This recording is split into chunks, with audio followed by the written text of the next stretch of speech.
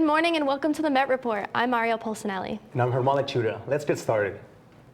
While spooky season comes to a close, November starts off busy here at the Rowdy campus as the beginning of Native Indigenous Heritage Month kicks off. Our reporter Marielle Pulsinelli has the story. November begins as Native Indigenous Heritage Month, and Rowdy campus is already busy with events planned by the Native Indigenous Student Alliance. Monday, November 1st, kicked off the month with a fry bread taco event in the Tivoli Garage Lounge. To get the full picture of what to expect this month, I talked to Desiree Richards, the program coordinator of Native Indigenous Student Support in the Center for Equity and Student Achievement. Yes, so we have a few events. We had our kickoff event, which was November 1st with our fry bread tacos, where we just kind of brought in a food that's like widely known amongst different tribes here in the United States and also globally. And then we are going to be doing our next event, which is going to be November 8th from 1:30 to 2:30 p.m. And that's going to be walking into all the truth about Thanksgiving. We also have on November 10th, we have a screening of Prey, which will be kind of breaking it down and talking about what Indigenous representation looks like in film. So a lot of these events, we collaborated with CU Denver and then CCD as well. So we actually had a CC student that was able to come in and make that fry bread on November 1st. So yeah, it's gonna be fully jam-packed with events here at MSU Denver. I feel like this is the first time where it's actually been, so jammed with events this month, and I want to continue that as time goes on here at MSU Denver. As a Lakota woman and recent graduate of MSU Denver herself, Desiree explained the importance of celebrating this month and bringing Indigenous representation to campus. I feel like every day is Indigenous Day, so I'm just going to say that.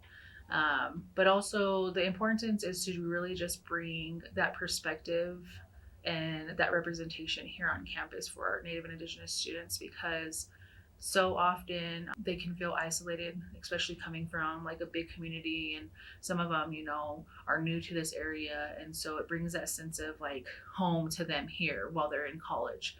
And then also just for the individuals who are not Native or Indigenous to really kind of educate them on certain discussions and topics and what that really looks like for Native and Indigenous people and how they kind of really got to tackle, I guess, the historical trauma. Native Indigenous Heritage Month events are open to all Auraria campus students and greatly encouraged to be enjoyed all November long.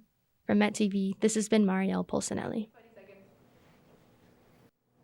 The midterm elections for Colorado are next Tuesday, November 8th. Here are some of the major races to pay attention to in the state. Governor Jared Polis is up for re-election this year, having served as Colorado's governor since 2018. His Republican challenger is Heidi Ganahl, a member of the CU Board of Regents. As of November 2nd, Polis has had a 14 lead in the polls. Incumbent Democratic Senator Michael Bennet is being challenged by Republican Joe O'Dea. Bennet holds a 10-point lead in November 2nd polling. The Office of Attorney General is up for grabs between incumbent Democrat Phil Weiser and Republican John Kellner. Weiser received 498,000 votes in June primary, with Kellner receiving just shy of 500,000. Everyone's voice matters, so be sure to just get out and vote no matter which side of the aisle you're on.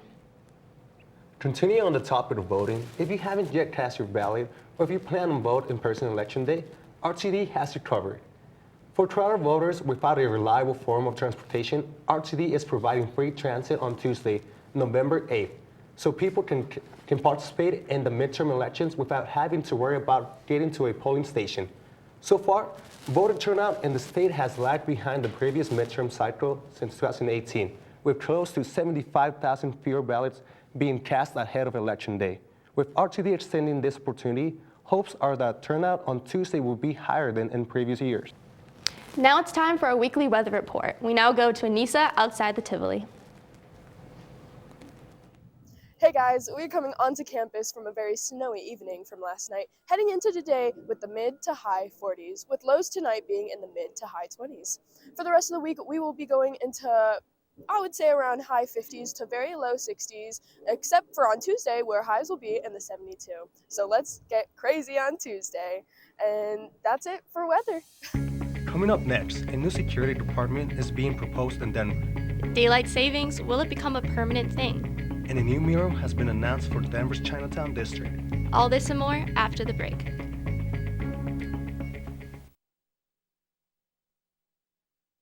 Dad? Being a dad can be transformative, but also a lot of fun. Help prepare your little monster for the outside world. Encourage their interests. Support their growth. Walk them through new relationships. He's perfect. Whatever you say. And prepare them to stand on their own 2 feet. So much of the good in my life is because of you. Never stop being a dad.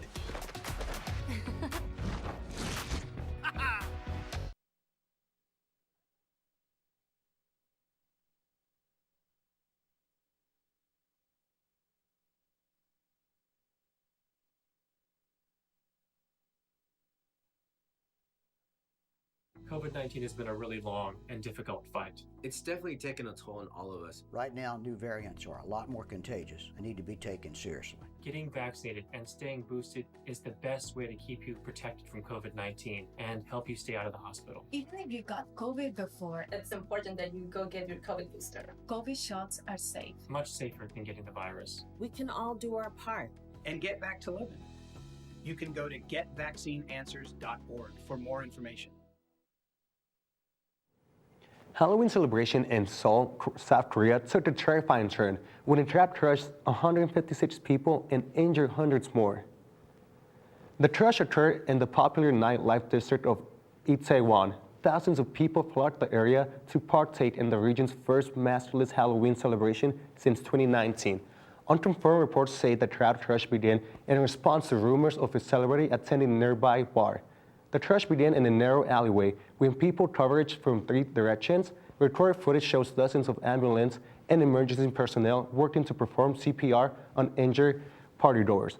Over 4,000 missing person reports were filed afterwards, and criticism fell upon police for their handling of the crowds. The nation entered a national week of mourning in response. An official investigation into the incidents is still ongoing. A new department of Denver city government, the Office of Neighborhood Safety and Community Engagement, is being proposed and researched right now.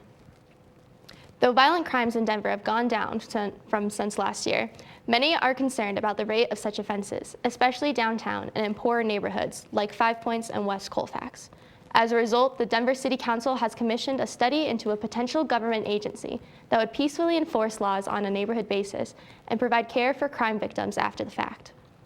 The study, being undertaken by the University of Colorado Denver through its Urban Planning Department and School of Public Affairs, included an online survey that was open to all Denver residents until October 31st. Daylight savings time is just around the corner, but for those who dread losing out in the precious hours of sleep, this may be the last time you have to worry about the time change. Coloradans officially entered daylight savings this Sunday, November 6th. Governor Jerry Polis signed the state bill into the law this past June. They're turning daylight savings to become the official standard time of Colorado. But Colorado's law depends on daylight savings becoming federally standardized. The Sunshine Protection Act, sponsored by Senator Marco Rubio, passed the U.S. Senate in March of this year. But since then, the bill has remained stalled in the House. Additionally, 4 other states in the Mountain Time Zone must pass similar legislation. Montana, Utah, and Wyoming have done so, but New Mexico voted last year to continue using both times. Until a 4th state passes legislation, the fate of Colorado's time bill hangs in limbo. On October 31st, the Colorado Asian Pacific United Group announced the dedication of a new mural in Denver's historic Chinatown district to commemorate the community and how it helped to shape the city we know today. Alex Petrich has the story. The Chinatown district in Denver began in the 1860s as immigrants from California made their way across the Rocky Mountains to settle here. The area now known as Lodo served as their neighborhood for many years, where the immigrants suffered from widespread discrimination, culminating in the anti-Chinese race riot of 1880, which virtually destroyed the entire Chinatown district and killed a young man. A plaque once commemorated the riot near 20th and Blake, but was removed earlier this year for racist terminology in a ceremony with Mayor Hancock present. Now, a mural will be painted to reshape the history of the Asian American community in Denver. The mural will be here, on the site of Denver Fire Station No. 4 at 1890 Lawrence Street. The mural is the creation of Hmong American artist Nayli Lohr. I got the chance to ask her about what this opportunity meant to her and what it means for the city. I am beyond honored that my artwork was chosen to tell their story and to show what Denver's historic Chinatown was like.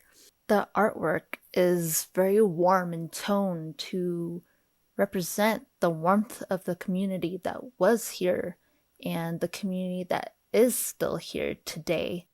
I hope future generations view the community as one giant community full of different and beautiful cultures and languages and backgrounds. And I hope that they can also view the city as somewhere everyone can exist and be themselves and be welcomed. The Colorado Asian Pacific United Group hopes to have the mural completed by the end of 2022. This is Alex Petrich for the MetReport.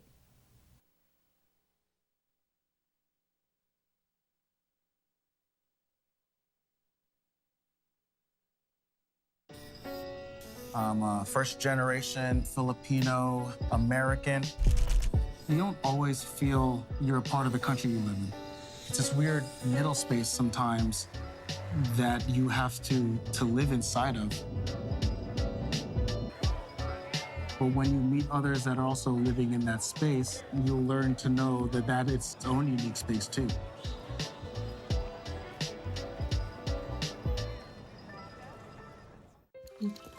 Okay, here we go. 3, 2. 3, 2, 1. COVID-19 has been a really long and difficult fight. So when we start talking about COVID, I completely get it. It's frustrating. We've all been impacted one way or another. The fight against COVID is also changing really quickly. And it's sometimes really hard to keep up. So here are a few things we know. We are not fighting the same virus from 2020. Right now, new variants are a lot more contagious and need to be taken seriously. Getting vaccinated and staying boosted is the best way to keep you protected from COVID-19 and help you stay out of the hospital. Even if you got COVID before, It's important that you go get your COVID booster. COVID vaccines are safe, Much safer than getting COVID-19. We all want this to end sooner than later. so go ahead and do things. Go out and live your life, but get vaccinated. Stay boosted. we can all do our part. And get back to living. You can go to getvaccineanswers.org for more information.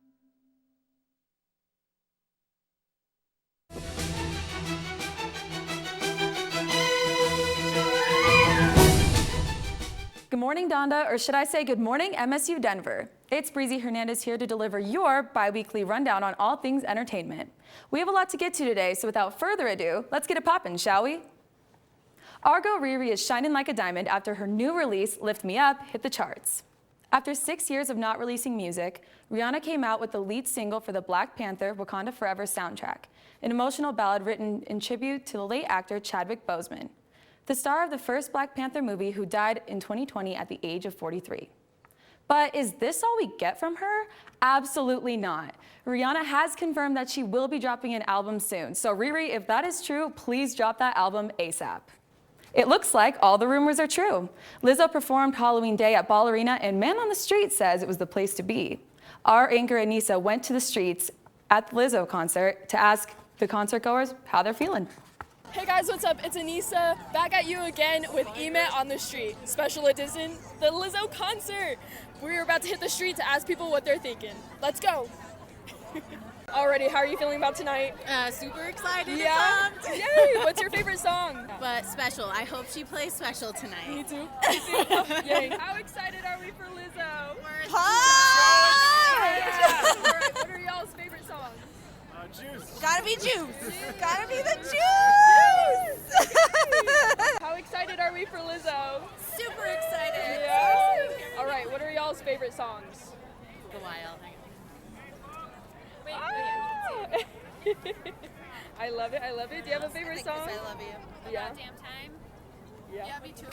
Really good as hell. Yeah. Lizzo almost sold out the entire venue as people from Denver were wanting to see her live in action. Rapper Lotto added to the mix as she was opening for the Queen herself. Lotto also brought up a fan from the crowd for a very special performance. How did it feel being on stage? Honestly, there's no words. Like, I've been waiting for this moment. She DM'd me on Twitter, and basically we just went from there. And it actually happened. I was surprised that it completely went the way that I wanted it to. It was pretty lit, yeah. So she reached out to you? Yeah. Right there. Oh my God. So she follows me on Twitter and Instagram, so that's how we know each other. Okay. I'm talking to a celebrity, basically. Okay. No, not even. And what is a Lizzo performance without her iconic flute solos?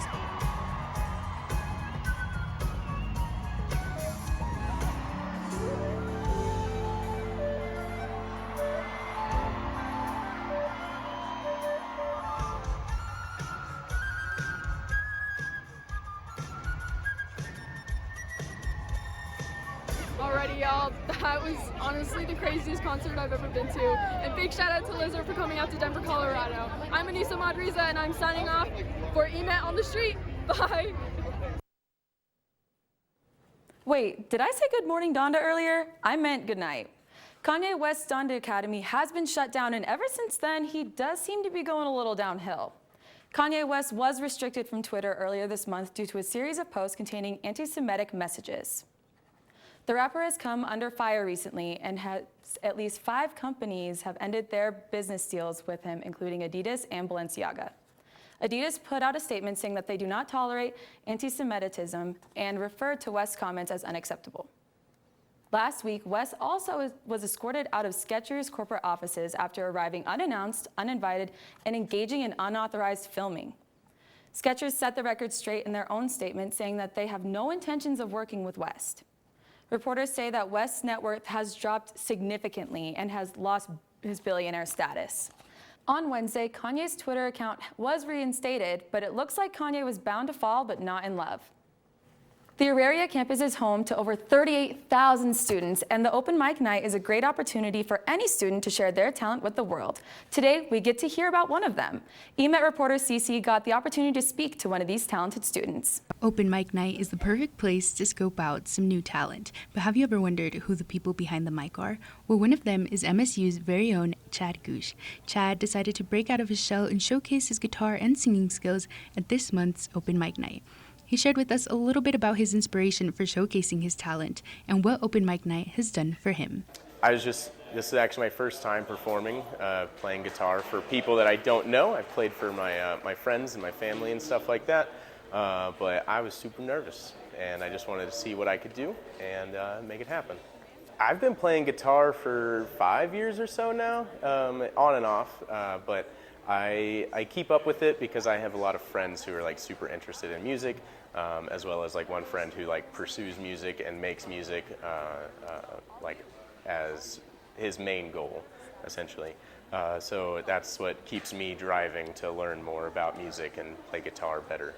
While every first of the month, Chad decides to showcase his talent, on the other 29 days, Chad participates in the Student Government Council here at MSU. Student government is interesting. We're a council-based system, so there's no president, vice president, anything like that. It's just 12 individuals who get together, and they try and make the students' lives a little bit better. And is even working on a new project dedicated to helping others showcase their talent. So I'm a public relations major, and part of that responsibility that I have in student government is I'm the public relations committee chair, and we're planning on putting a podcast together soon, and we want to get some of the Auraria students to come showcase their talent, similar to what's happening at open mic night, but stuff that's like great for radio. So that's one of the projects that I'm working on, and hopefully it comes to fruition soon. Chad strives for greatness and is dedicated to all his endeavors, but through everything, he has a message of encouragement for people looking to showcase their talents. Get out and show people who you are, showcase your talent, because there's an audience for it anywhere, everywhere. For the Met Report, I'm Cecilia Perez-Nájera. Thank you so much for tuning in today. Now it's time to hit the field and get rowdy with sports. I'll see you later.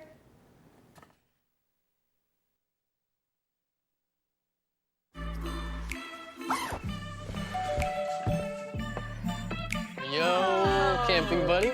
Okay, you guys ready? Dude, I thought you were driving. I thought you were driving. Oh, I never said I was driving. I definitely can't drive. Okay. If you're high, just don't drive. It's illegal everywhere. If you feel different, you drive different.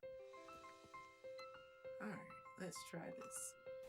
COVID has been a really long fight, and it's been especially tough on kids. It's been a rough transition for all of us. Right now, as a father, I want to give the best tools to protect my kids. So what can we do to get back to that sense of normalcy? Every day, parents ask me if their child 5 and above should get vaccinated. The answer is absolutely yes. My own sons, who are 6 and 8 years old, had their COVID vaccine.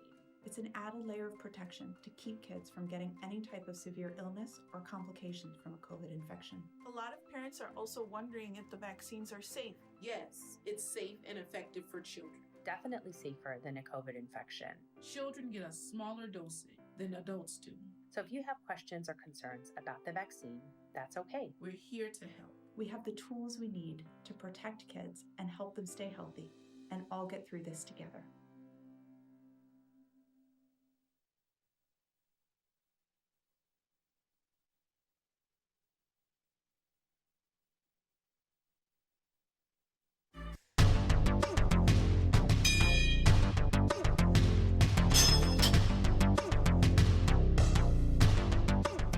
How's it going, folks? I'm Will Martin, and welcome to MetReport Sports. Let's get started. The fall season is quickly coming to an end, and your Roadrunners are fighting to keep their national tournament dreams alive. Here's Trenton Sanders with this week's Rowdy Rundown. Fans who subscribe to Xfinity are still out of luck when it comes to watching the Avalanche and Nuggets. As the fourth season of the Altitude Comcast blackout continues, however, there are multiple other ways fans can watch these games. DirecTV may be the most reasonable option if you are willing to switch cable providers, starting at around $65 a month.